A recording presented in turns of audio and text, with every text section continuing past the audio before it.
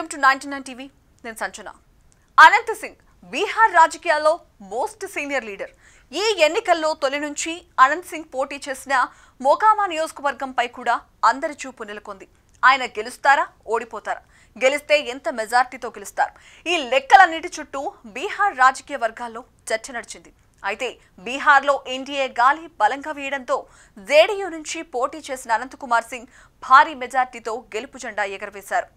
బీహార్లో పాట్నా జిల్లాలోని మొకామా నియోజకవర్గం ఎప్పటి నుంచో బాహుబలి రాజకీయాలు అనే పదానికి ప్రతీకగా నిలుస్తోంది. అందుకు ప్రధాన కారణం అనంత్ కుమార్ సింగ్. ప్రజల్లో చోటా సింహంగా, భాయాజీగా పాపులర్ అయిన అనంత్ సింగ్ ఇక్కడ పాతుకుపోయారు. మొకామా అంటే అనంత్ సింగ్ అన్నట్లుగా వరుసగా 5 సార్లు గెలిచారాయన. మధ్యలో ఓసారి ఓడి ఇప్పుడు 6వ విజయం సాధించారు.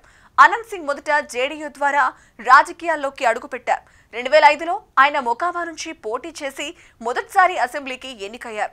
ఆ సమయంలో ఆయనకున్న స్థానిక ప్రభావం, గ్రామీణ ఓటర్లలో ఉన్న బలమైన నెట్వర్క్ ఆయన విజయానికి ఆధారమయ్యాయి. ఆ తర్వాత ఆయన ప్రస్థానం మరింత బలోపేతమైంది. పార్టీలు మారినా అనంత్ సింగ్ పై ప్రజల్లో అభిమానం పోలేదు. బలమైన నాయకత్వం, సమస్యల్ని సూటిగా ప్రశ్నించే ధోరణి అనంత్ సింగ్ ను గ్రామీణ ఓటర్లకు దగ్గర చేశాయి. అనంత్ సింగ్ పేరు చెప్పగానే వివాదాలు సహజం. ఆయుధాల కేసులు, ప్రత్యర్థులతో ఘర్షణలు, అనేక క్రిమినల్ ఆరోపణలు ఇవి ఆయన రాజకీయ జీవితంలో విడదీయరాని అంశాలే. అయినప్పటికీ మొకామాలో ఆయన ప్రభావం అసలు తగ్గలేదు.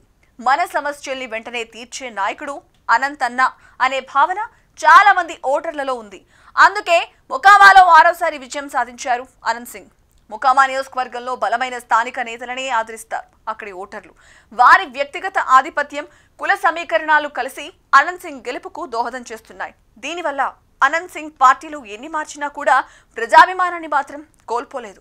ఇటీవల అనంత్ సింగ్ చట్టపరమైన సమస్యలతో ఇబ్బంది పడ్డా ఆయన పేరు మొకామా రాజకీయం నుంచి మాయమవ్వలేదు. ఇంకా ఇక్కడి ప్రజల మనసుల్లో ఆయన ఉన్నారు అన్న దానికి తాజా ఎన్నికల్లో భారీ మెజార్టీతో ఆయన విజయం సాధించడమే.